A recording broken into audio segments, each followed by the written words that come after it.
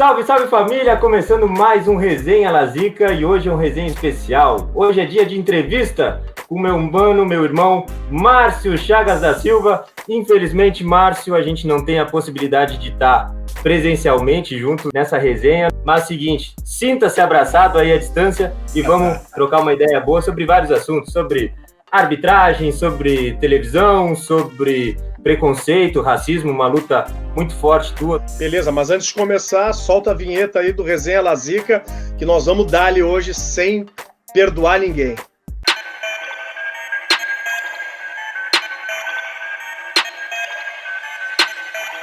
É zica, moleque!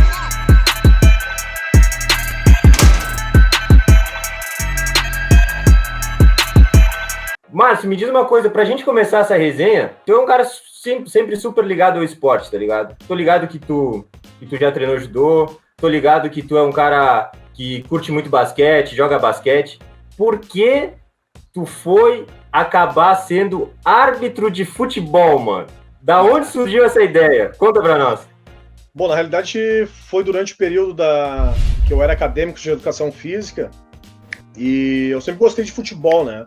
Acho que o futebol é o primeiro esporte de qualquer menino brasileiro, né? Só que eu sempre fui meio perna de pau, nunca dei continuidade e quis também sonhar em jogar futebol.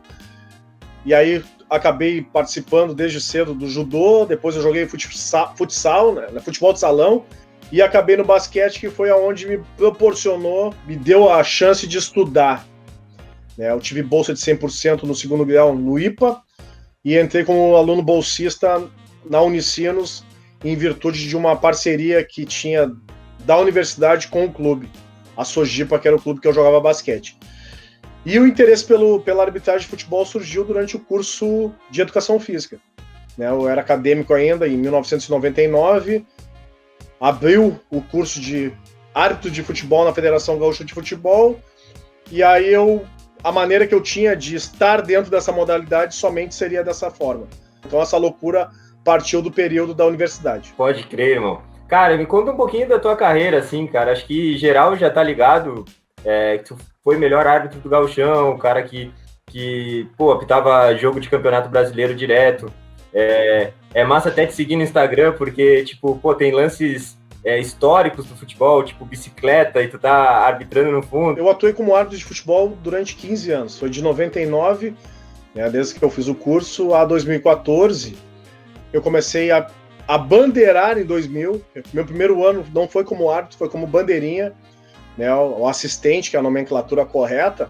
E aí em 2004 eu apitei a segunda divisão, num domingo, fui bem na partida, no outro domingo eu estava apitando a primeira divisão. Em 2005 entrei para o quadro nacional da CBF, em 2006 fiz a minha estreia na CBF, na Série B, um jogo do Avaí Esporte.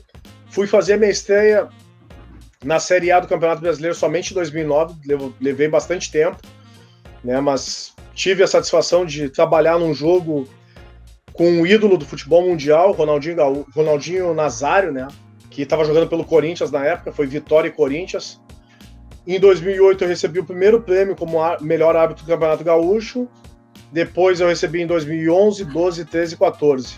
Mas antes de chegar em 2014, eu cheguei ao quadro de aspirantes à FIFA em 2011, e aí em 2014, em virtude de algumas situações que aconteceram no decorrer da carreira, que não foi um caso isolado, no dia 5 de março de 2014 aconteceu um fato criminoso em Bento Gonçalves, e aí culminou com a minha saída no término daquela competição.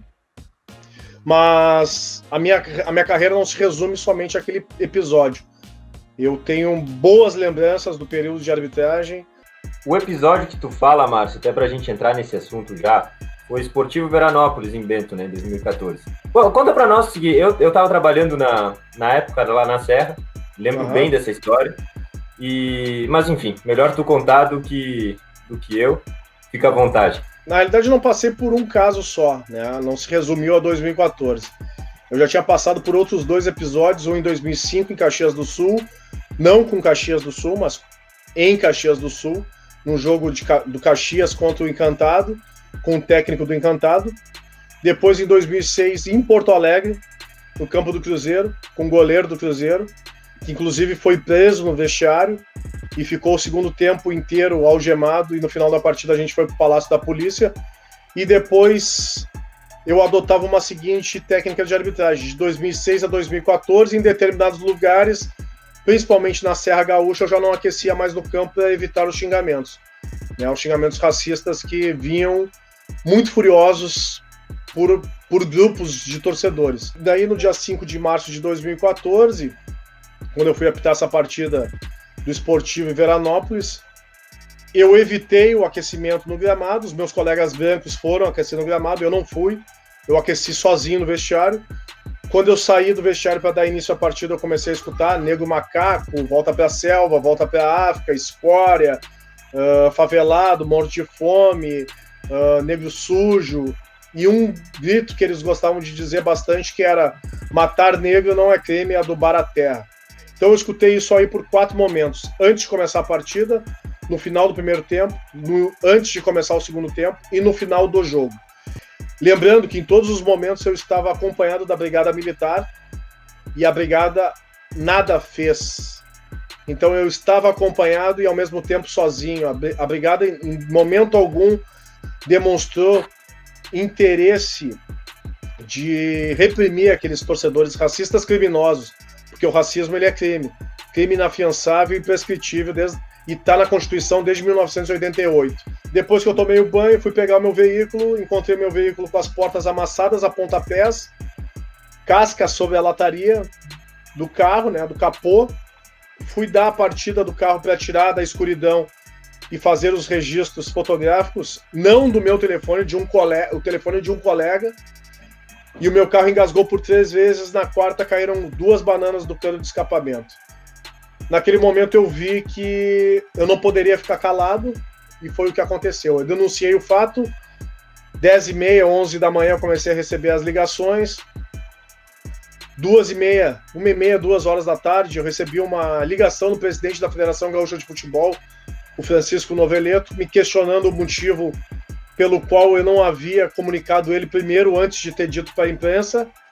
Eu perguntei o porquê, e ele me disse que eu estava expondo o clube, a competição, o estado e o amigo dele, que era o presidente do Esportivo.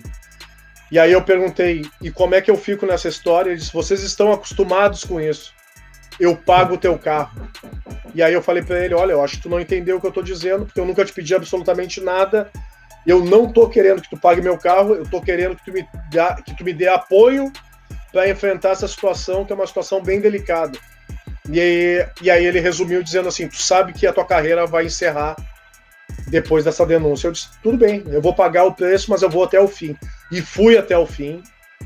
O ano passado, o processo civil, né, porque o criminal foi arquivado em virtude de falta de provas, o Esportivo não entregou a pessoa que cometeu o crime lá.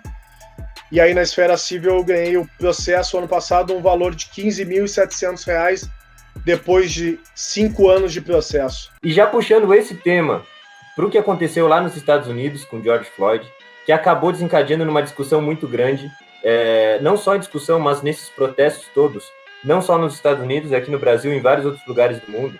Eu queria saber qual é a tua posição em relação à atuação da polícia e essa resposta da comunidade, não só negra, mas da comunidade de forma geral que luta contra o racismo, com esses protestos. Bom, na realidade a polícia mundialmente ela é genocida com a população negra, né? Nos Estados Unidos é declarado, diferente daqui do Brasil, que é mascarado, né? Lá se tem um apartheid racial declarado e não se esconde isso. Aqui no Brasil se vendeu uma ideia de democracia racial, onde se adota um discurso que negros e brancos convivem de forma harmônica, então não há racismo. Então se mascarou muito essa ideia de que aqui no Brasil não aconteça esse tipo de situação. Bom, nos Estados Unidos, após o caso do George Floyd, a gente pôde observar e analisar várias situações da brutalidade e da desumanização que se tem nos corpos negros, por lá e aqui também, né? E o que desencadeou uma revolta da população branca também, que começou a comprar essa ideia da luta antirracista, porque não tem mais como ficar isento, não tem como ficar calado, tem que participar, porque é inadmissível que as pessoas assistam um negro ser abordado de uma maneira extremamente agressiva e violenta, simplesmente por serem negros. Eu cresci escutando que um negro parado é suspeito, que um negro correndo é ladrão, como se fosse uma brincadeira, uma piada naturalizada na escola, naturalizada nos espaços. Parece que há uma romantização das dores do povo negro, que um negro ele só consegue ser vencedor depois que ele passar por esse estágio da dor. E isso é um negócio que é doentio, porque o racismo ele adoece e mata. Duas citações que eu achei bem interessantes. Uma do Will Smith, falando: o racismo não piorou, ele só começou a ser filmado. Rolou com o Rodney King lá em Detroit, nos anos 90, quando ele foi espancado pelos policiais. E outra declaração que eu achei bem interessante, que é para puxar para o debate, não tenho uma opinião formada sobre isso, é sobre o que o Emicida falou em relação aos protestos. Não era um momento da população sair para a rua com a possibilidade de contaminação em massa. Eu respeito a opinião dele, é um cara que eu admiro bastante, mas eu também respeito as pessoas que foram, porque foi uma situação que o governo genocida do Jair Bolsonaro, fez com que a gente tivesse que ir para as ruas para protestar. Eu fui para a rua protestar porque eu tenho que fazer algum movimento que seja positivo para que os meus filhos futuramente possam ter algum benefício dessas manifestações que estão acontecendo agora. Mas eu respeito a opinião do Emicida. Óbvio que muitas pessoas de risco não foram às ruas, não dá para condenar, mas quem estava em condições de saúde, podendo respeitar o distanciamento, usando a máscara, usando o álcool gel constantemente, foram às ruas. Parabenizo, eu estava nas ruas também, e para mim foi um ato muito importante em busca de uma educação antirracista, contra os antifascistas e pela democracia, que hoje ela não acontece no nosso país. Pode crer, Márcio. Assim, só para refletir, aqui em casa a gente discutiu muito sobre essa declaração do Emicida, e realmente foi algo que eu não tinha uma opinião formada sobre para avaliar o que ele falou, mas eu falei, se tivesse protesto aqui na minha cidade, com certeza eu iria, porque a gente precisa contribuir da única forma que a gente pode contribuir, a gente precisa fazer parte desse processo realmente. E aí, meu irmão, vai marcar toca? Se inscreve no canal Lazica aí do meu irmão Marcelinho. Marcelinho Lazica é o cara. Dê o like, se inscreva no canal e participe o tempo inteiro. E é uma discussão que eu quero entrar contigo agora, Márcio, que é em relação às cotas, tá ligado? Uhum. Eu acho até massa falar sobre isso, porque eu adoro discutir com alguém que não concorda com elas para escutar os argumentos, porque 10 anos atrás eu era o cara que não acreditava nas cotas, tá ligado? Eu achava que era uma forma de preconceito e de racismo. Até que um maluco num churrasco, um amigo de um amigo de um amigo, trocando ideia comigo, me convenceu do contrário.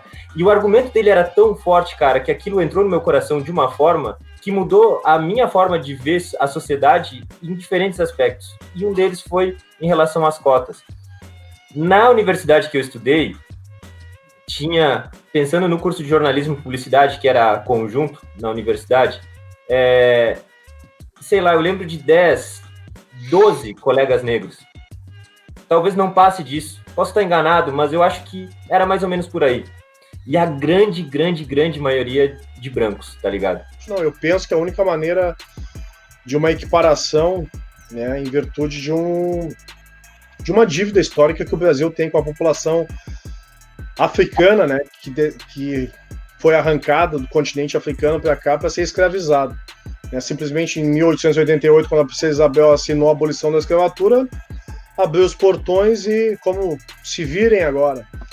Só que a gente tem que levar em consideração que os negros não tiveram a oportunidade de se alfabetizar, eles não tiveram a oportunidade de se preparar para um mercado de trabalho. O trabalho que eles faziam era um trabalho escravo, e com o término do trabalho escravo eles não teriam onde trabalhar, não tinham para onde ir morar. Então a situação foi como se fosse uma ordem de despejo. Eu usei de vocês, agora eu não quero mais. Sigam o rumo de vocês. Diferentemente dos imigrantes europeus que chegaram no Brasil com possibilidades de desenvolvimento, recebendo terras, recebendo propriedades para poder se desenvolver. Os negros não tiveram absolutamente nada. Nada. Então essa corrida e esse discurso de meritocracia é uma das maiores mentiras e falácias covardes historicamente do nosso país, porque a meritocracia ela serve somente para quem tem sobrenome. E a política de cotas ela veio para tentar dar um equilíbrio, proporcionar essa possibilidade do negro ascender de uma maneira econômica, social e cultural, né, tendo acesso à educação superior, algo que eu não tive, mas eu gostaria de ter tido essa oportunidade, porque eu sei o quanto é difícil pagar uma mensalidade de faculdade e através da política de cotas, que não vai colocar o negro ali simplesmente por ele ser negro, ele vai ter que fazer um processo seletivo de vestibular e ter nota condizente para ocupar aquela vaga. Então isso é mais uma das situações de mito que se coloca sempre para depreciar, porque infelizmente o racista ele gosta de ver o negro numa posição subalterna, sempre servindo. Ele não gosta de... O grande problema da discussão sobre as cotas é que o filho da empregada, ou a filha da empregada, agora vai estar sentado na sala de aula junto com o filho do patrão. E o patrão não quer isso. Vou te mostrar o som, Márcio, para ver se tu curte e pra gente... Vamos ver se tu consegue escutar por aí, para ver se tu curte e pra gente avaliar o que mudou de lá para cá. Dizia assim essa introdução desse som, que é um clássico que eu tenho certeza que tu curte. 60% dos jovens de periferia sem antecedentes criminais já sofreram violência policial. A cada 4 pessoas mortas pela polícia, 3 são negras.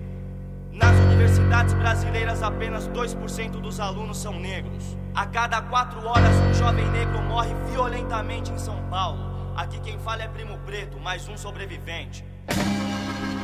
Capítulo 4, versículo 3 dos Racionais. Mano, faz quanto tempo isso? Esse álbum é de 97, Sobrevivendo no Inferno.